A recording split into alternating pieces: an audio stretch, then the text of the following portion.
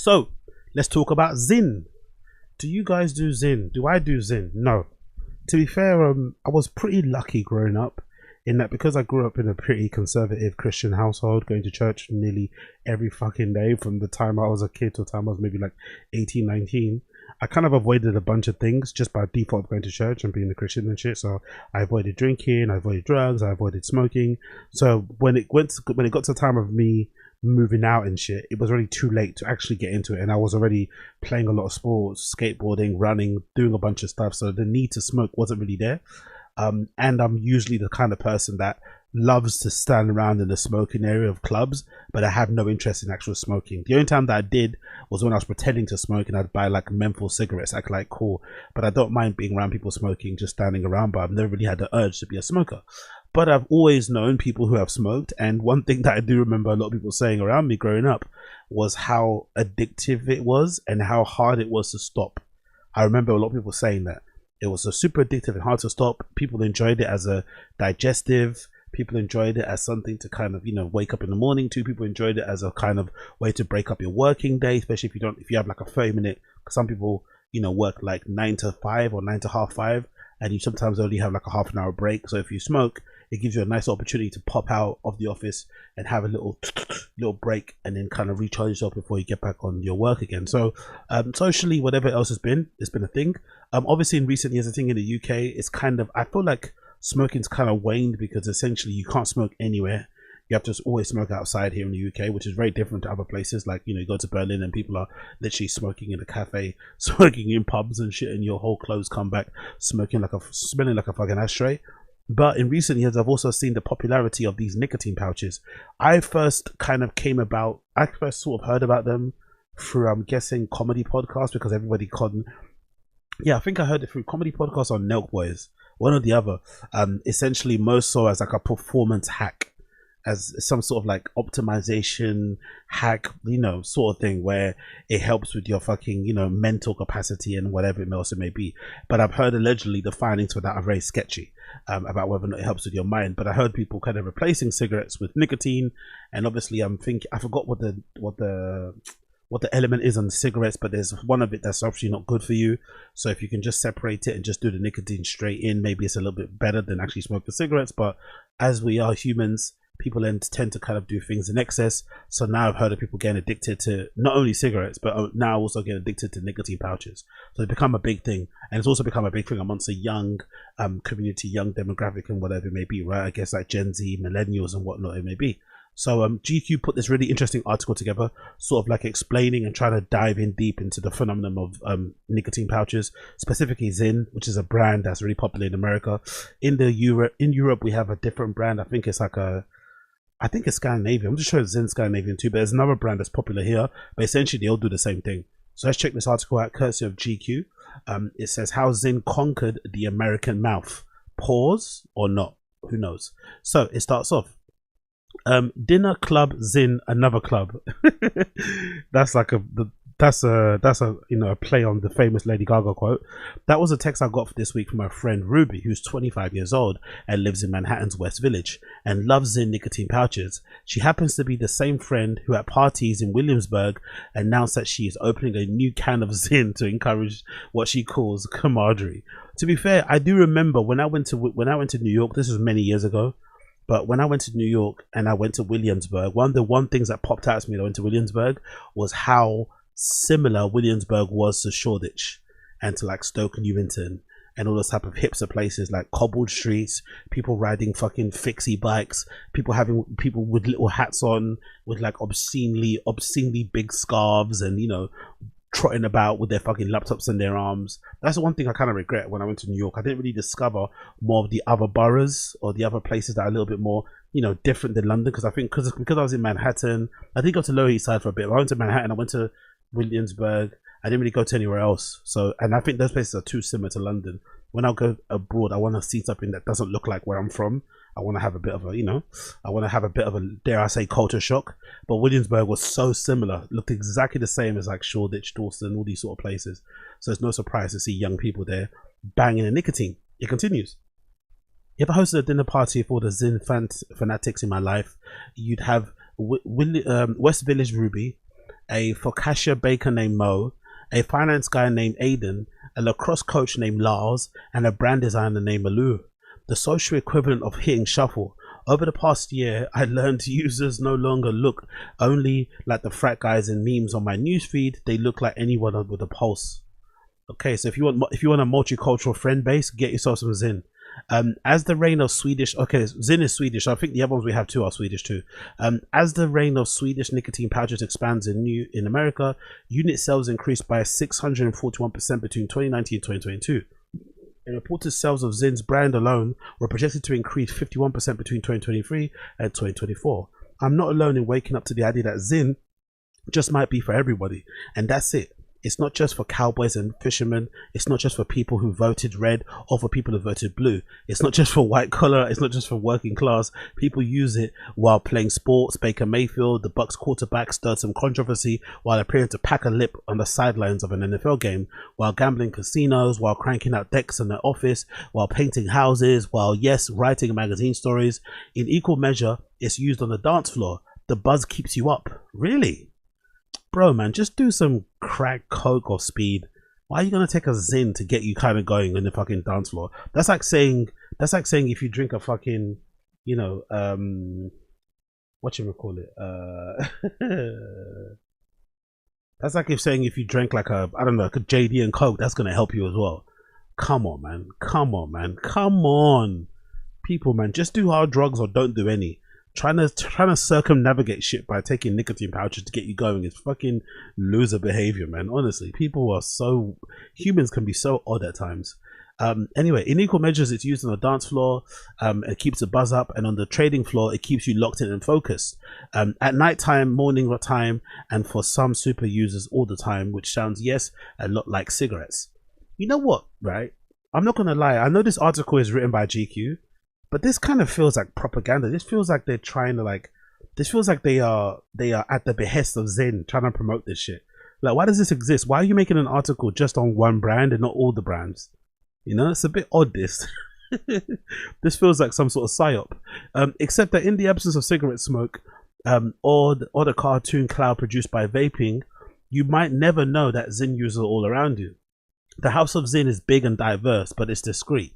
Its members do not need to duck out for the nicotine fix. They just tuck the pouch a lip. They tuck a pouch the size of a Sour Patch Kid under their canines and get on with it, while privately enjoying a cycle of elevation followed by calm, followed by the urge to Zyn again.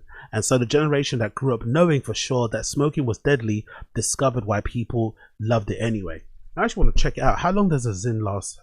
How long does a Zyn high last? What are people going to this for? How long is it? A high from Zyn, 30 minutes. That's pretty long, you know. I thought it'd be like 5 minutes or 3 minutes. You get the high for 30 minutes. No wonder it's so addictive then. No wonder it's fucking so addictive. That's wild. Blah blah blah. To be fair, I think you can tell. I think if I saw these two people on the screen here, this guy and this girl, especially the girl, I think I could instantly tell that she does Zyn.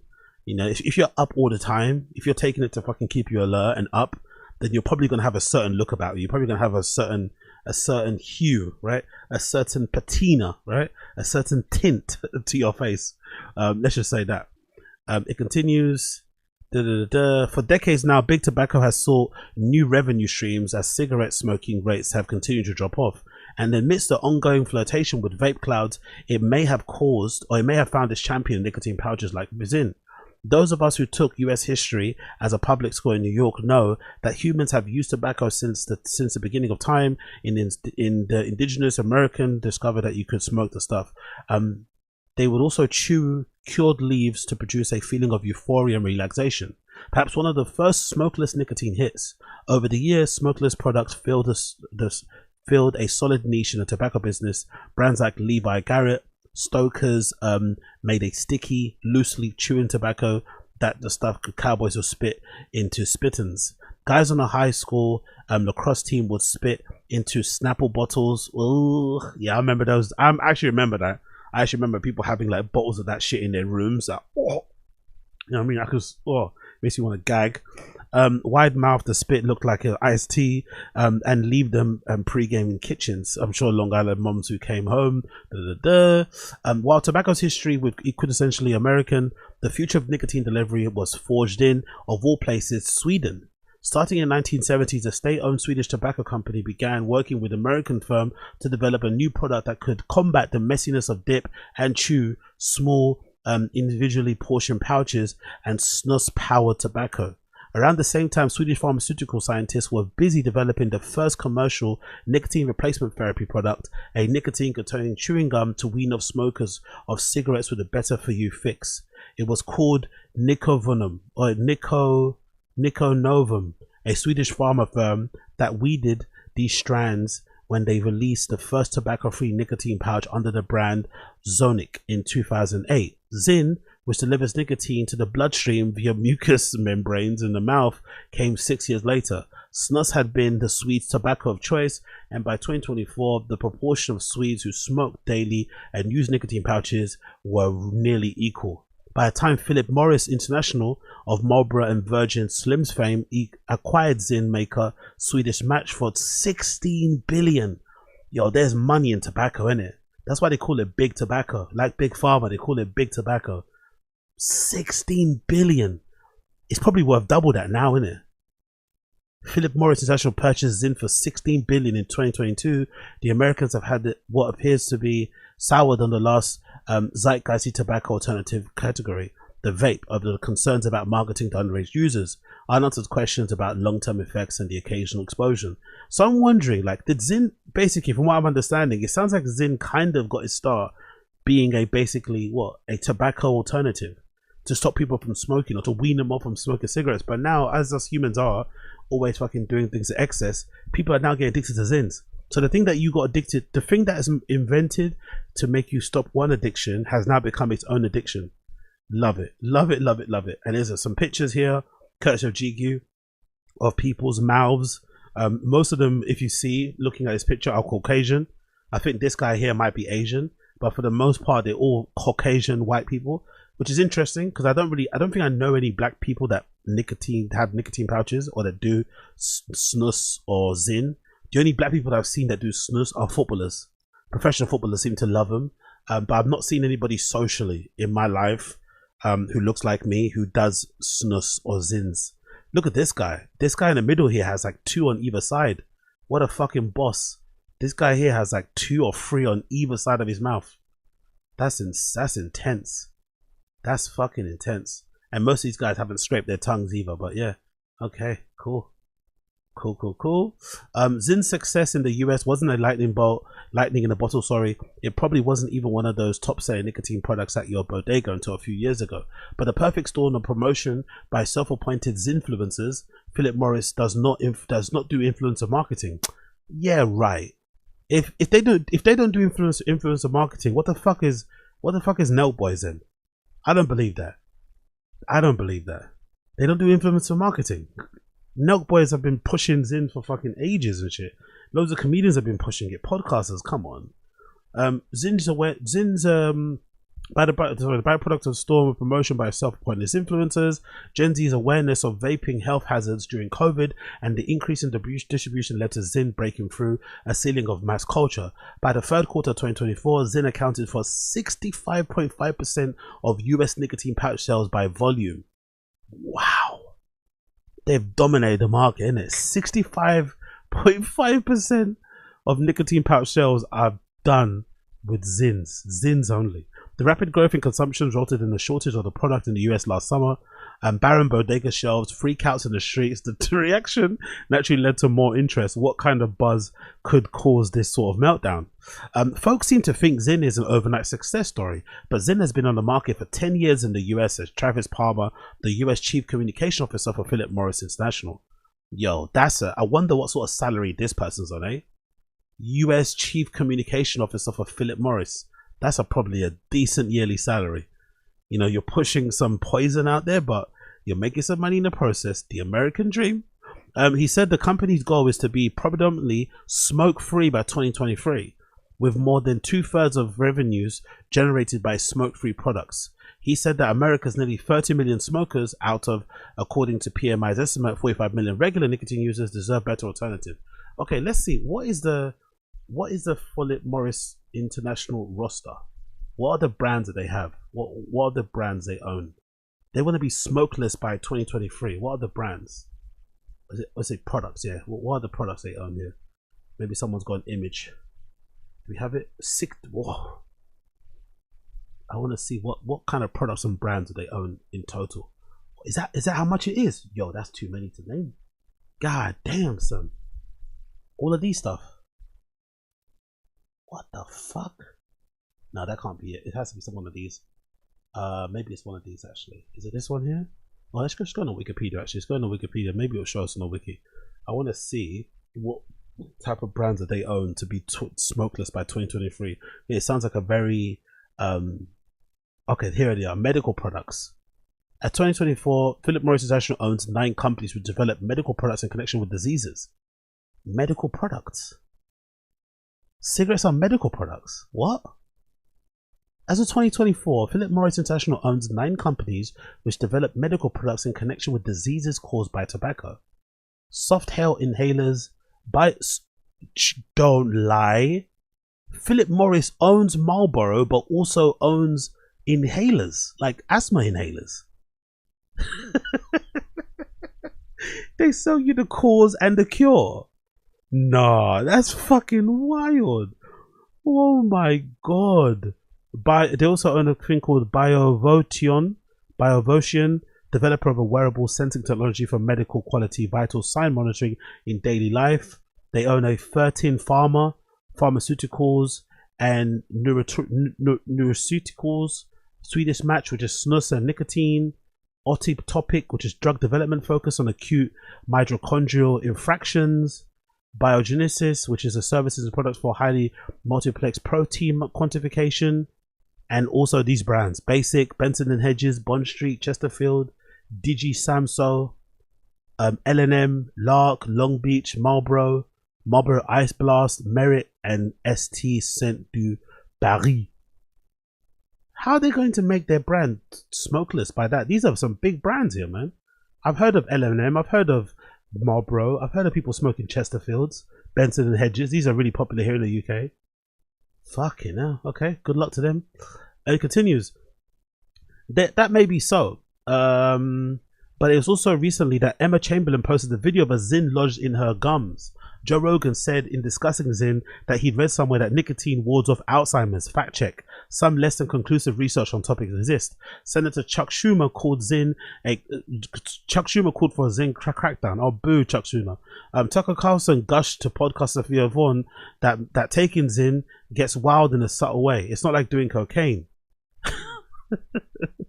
Honestly, man, just do coke, man. Just do fucking coke.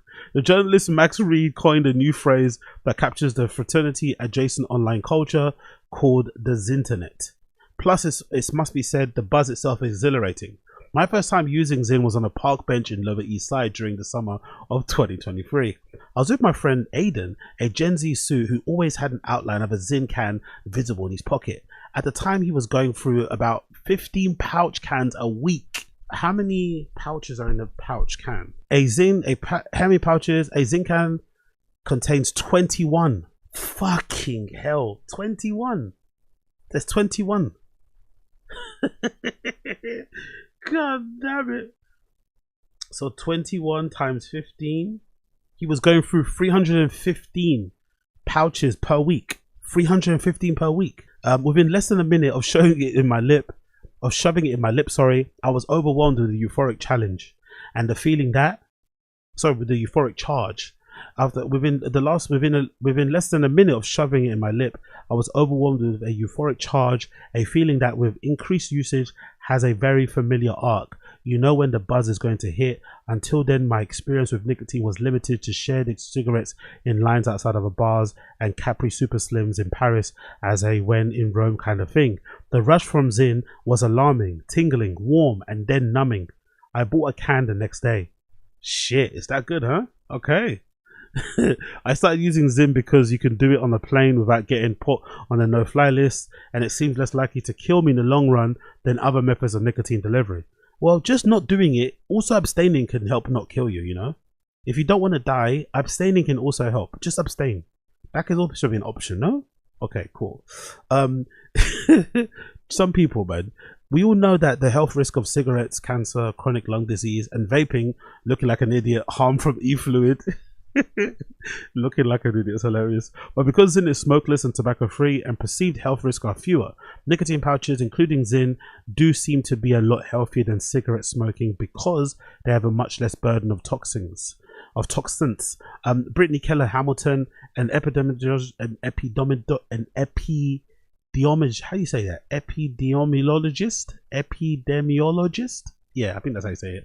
A professor of Ohio State University College in Medicine told me, while the long-term health impacts of pouches are still uncertain and the side effects like gum irritation and negative gastrointestinal and cardiovascular symptoms, you have to be a real psycho. You have to be going through like 300 per day to start getting gum irritation from doing a nicotine pouch, because surely they design it in a way so that it kind of doesn't irritate or cause you any kind of pain when you're putting in your gums. So if you start to irritate your own gums, you are definitely overusing. For Aidan, a less harmful source changed the cost-benefit analysis of nicotine. I smoked and vaped intermittently in the college and more regularly when I started working full-time after school, both to manage stress and zero my focus on something when asked needed. Managing stress hasn't worked, zeroing my focus has. I swear, I'm lucky I don't go to like drugs and shit. Maybe it's an American thing, but when I want to focus, I just like put my phone down. I don't know. I close the blinds. I focus on the thing I need to focus on in small chunks, maybe half an hour, 20 minutes, 1 hour blocks, and go from there. But I don't run to drugs, to booze or whatever to kind of like focus me in. I'm glad that's not the first thing I go to. Maybe people are different. Maybe some people just can't focus so they need help. Or maybe it's like an undiagnosed ADHD thing. I don't know. But it's an odd thing to do, innit? If you want to focus, like, the first thing you run to is like nicotine pouches. Filmmaker Jack Mackin, whatever his name is, spent last summer working on a documentary about a minor league baseball team. Every player on the team was popping him constantly. One guy would take 4 6-milligram pouches at a time, and the other guy used Zyn so much and collected so many cans that he traded them in for a light up Zyn sign. Jesus Christ. How many cans you have to go through to get a fucking LED sign of Zyn? Jesus, I don't even want to know. On the back of a can of Zyn, there are QR codes that users can scan and redeem points. Oh, this is probably more lame than smoking a vape. If you are fucking redeeming the points off the back of your fucking Zyn, scanning the QR code with your phone, you are probably lamer than the person that has one of those fucking, has one of those fucking industrial sized vapes that fucking sound like a steam engine when he loads it up, like, you know what I mean? You are more lame than that vape guy, I swear. I spoke to another Zyn fanatic. He's one of the mouths featured in Adjacent to the Text, who told me that he started Zyn to be a good friend. One of his boys really wanted that sign for his apartment, so their whole friend group helped him out by racking up points. He held a sign lightning party at his apartment when he finally got it, he told me, and found the story unironically touching. You find this story. I don't find it touching. I find it kind of lame. Why didn't you just buy the sign? Your whole group of friends, you couldn't just like all chip in a couple of pounds, £10 or something to get him an LED sign. You had to fucking go through hundreds and hundreds of cans to get him a sign. I guess it's the thought that counts, isn't it? More pictures of people with nicotine pouches in their mouth. I guess in terms of like not looking like a dork, pouches probably help. I just don't like sometimes you get that like inflamed kind of lump on your face. But I guess if you had to kind of tally up what looks more dorky, vaping obviously looks dorky. Smoking cigarettes looks cool. But then at least no one knows you're doing Zyn. So sometimes maybe some people don't like to look like they're on drugs. Maybe that's a thing. Maybe there's a thing of like people not wanting to look like they're on drugs. So Zyn's a good thing because no one can tell you're on it because you got it in your mouth or you got it, stuck up your fucking gums. The evening after the November 2024 election, I got on the phone to Tucker Carlson. He said, "I'm super hostile towards GQ. I used to write for GQ," he told me. He was calling me from his car and had a few minutes to talk before Vivek Ramaswamy came to his home in Maine for dinner. I wasn't calling him about Vivek's plans to slash federal budgets or to learn about Carson's Eponymous Independent Media Network. I wanted to talk to him about the newest venture, nicotine pouches. Stay with me here. Tucker Carlson has his own nicotine pouches. Carlson told me that he started using nicotine in June 1983. I asked how he remembered the month, because that's when I would got sent to boarding school. He said, well, of course, Tucker Carlson went to boarding school. He seems like the type, innit? If ever there was a person who looks like they went to boarding school, it's Tucker fucking Carlson. When I worked in television, I used to vape during the commercial breaks, but there was something about it that was dismissing. I just feel like if you're going to smoke, have a cigarette. I agree with that, to be honest. If you're going to smoke, just fucking smoke. It's like if you're going to do drugs. If you're going to do drugs, forget fucking research chemicals, get some fucking dark and light and go fucking crazy. His first Zyn would come decades later after a guy, one of his daughters was dating, suggested trying one. They drove to a 7-Eleven. So some guy that was blowing your daughter's back out told you to try Zyn to calm down. Calm down, Uncle Tucker. Don't worry, I'm taking care of your daughter. I promise I'm wearing protection. Have a Zyn, chill out. They drove to a 7-Eleven to buy a bunch of flavors, and something besides the nicotine-induced reward pathway in his brain lit up. Carlson believes that nicotine is a writer's drug. Every writer I know used to smoke. I don't know many writers who don't use nicotine. I might be one. I would deem myself to be a writer because, you know, I always think in terms of like, you know, saying you are a thing, you probably have to get paid. And I got paid, you know, a few times to write articles and whatnot, wherever they may be. And I've never used any type of drugs to write. I just sit there and write, innit? Maybe I'm special. Maybe I'm just awesome. I don't know. But yeah, I find it harder. I find it weird how people just can't do things without having a drink or having drugs. It's interesting, isn't it? Like you can't do anything. Oh, I need to like cut the lawn. Let me have a smoke. I need to do this. I need to. It's like, interesting. The apotheosis of Carlson's love affair was probably Christmas 2023 when the Nelk Boys, a Trump-approved prank. Oh, come on, a Trump-approved.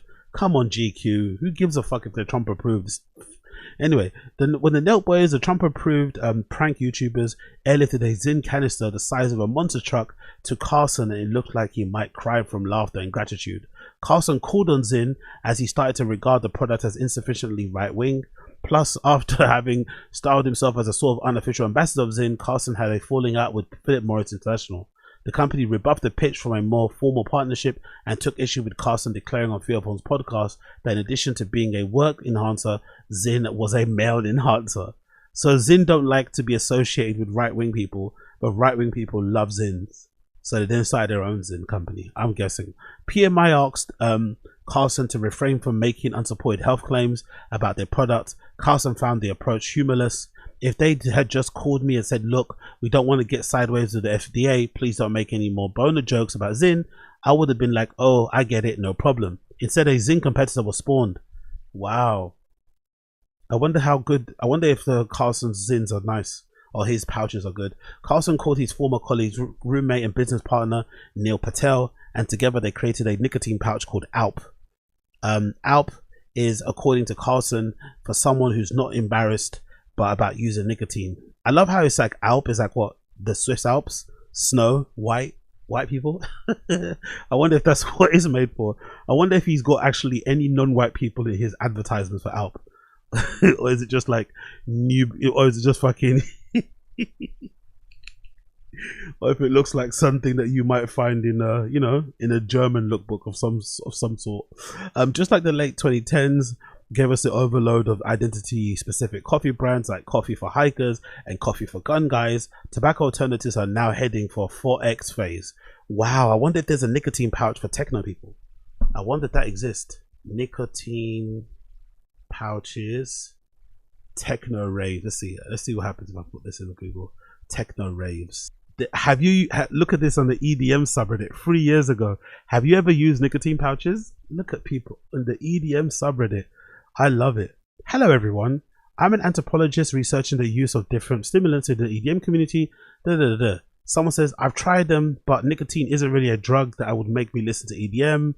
Someone says, oh god, nicotine patches at shows sound like death. I'm from California and personally do not use nicotine at shows. Vape pens are extremely common at shows.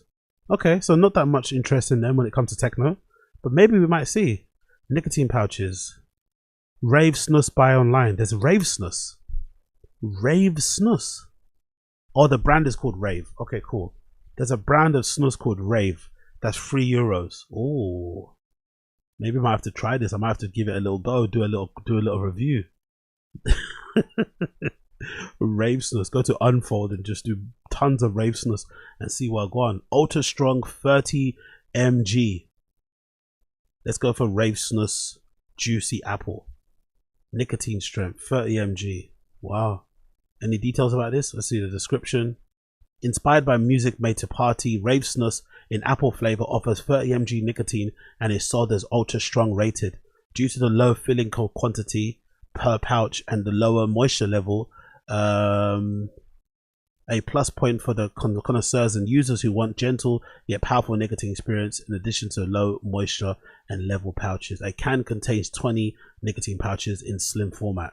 Oh, I might have to give this a go. I might have to try some rave snuses. But yeah, I guess it does exist then.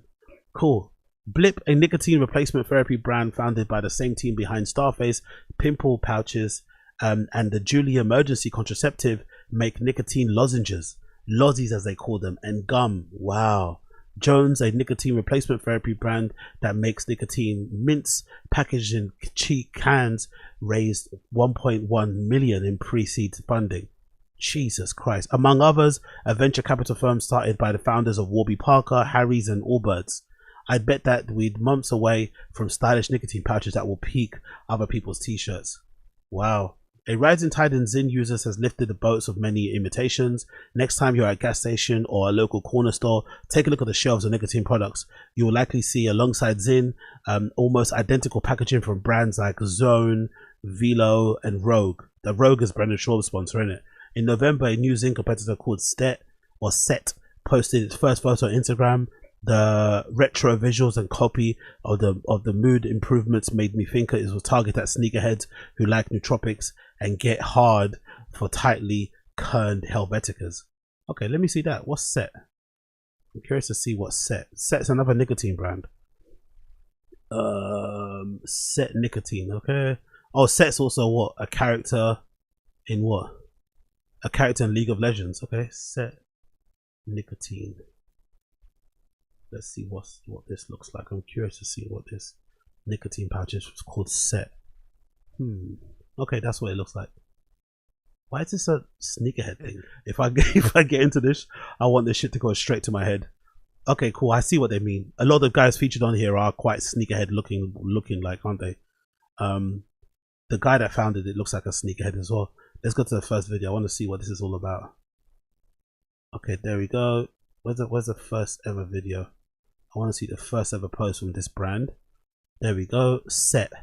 Bold and built to fuel your grind. Our raspberry lemon pouches will level you up your day coming 2025. Let's see what videos these guys have. Holding space. It's the guys in the office who use pouches. There's some guys here sitting around in a cool startup office with their laptops out and nicotine kit cans all over the table. This is so hilarious, man, honestly. This is so okay. Some guys dumping pouches into bins. This is so fucking hilarious. Like, people are making, nicotine pouches their whole identity or a part of their identity. It's fucking hilarious to me. I'm not gonna lie. It's fucking hilarious. Let's see another video from this company. Favorite days is when we get new prototypes. So we have European-based manufacturers, and this is a flavor we've been working on. It's called Raspberry Lemon. So originally we found this flavor from a brand in Sweden. It's actually a brand that's geared towards females. And immediately when we tried this flavor, we were like, yes, oh God, bitch. It's so good. It's something that we've never experienced here in the States. So that's one of the flavors that we're going to be launching with, a nice raspberry lemon. We've been focusing on controlling the burn. So some of our last prototypes have had a bit too high of a burn, which is typically a European preference. So let's give this one a go. What does burn mean? The actual effect? So I've had the pouch in my mouth for about 30 seconds. Very little burn, just a really subtle burn, which is perfect, exactly what we want to go for. Still really bright flavor, which is really good. 15 minutes later. So we're about 15 minutes in. Here are my observations. So initial burn is awesome. Pouch is great.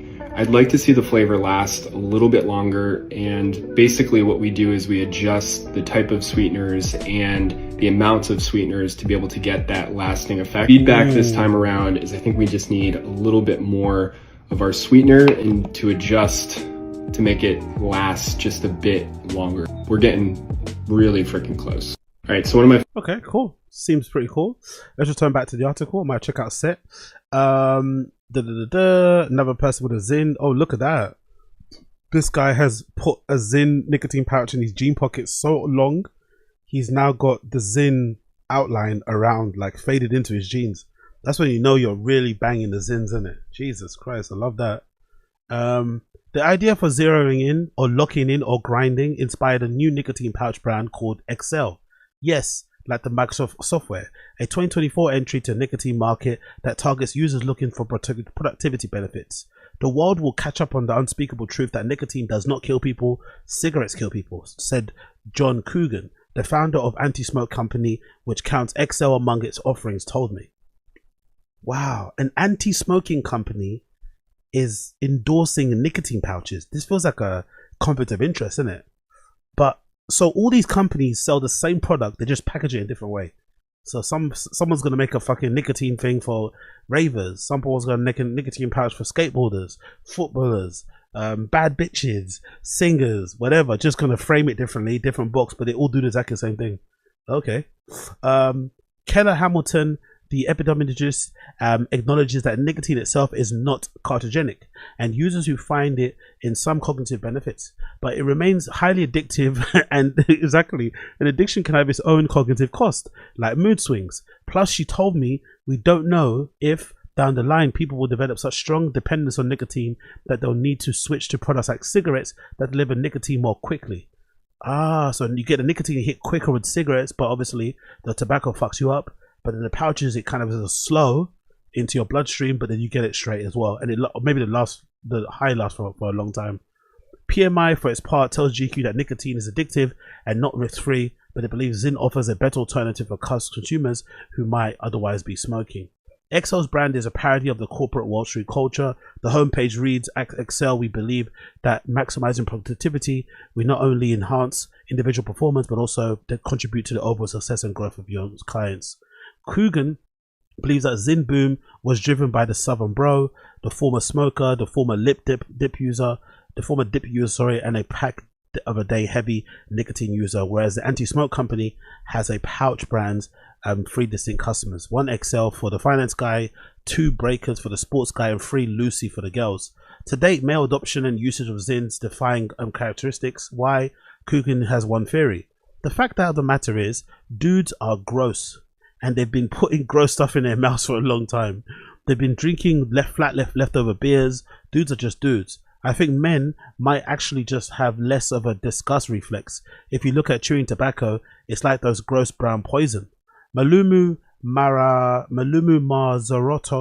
a 27-year-old Malu Marzarotto, a 27-year-old brand designer and consultant in New York, told me that when she first started dating her boyfriend, he saw a Zyn container in her apartment and he was fairly confident she was cheating on him.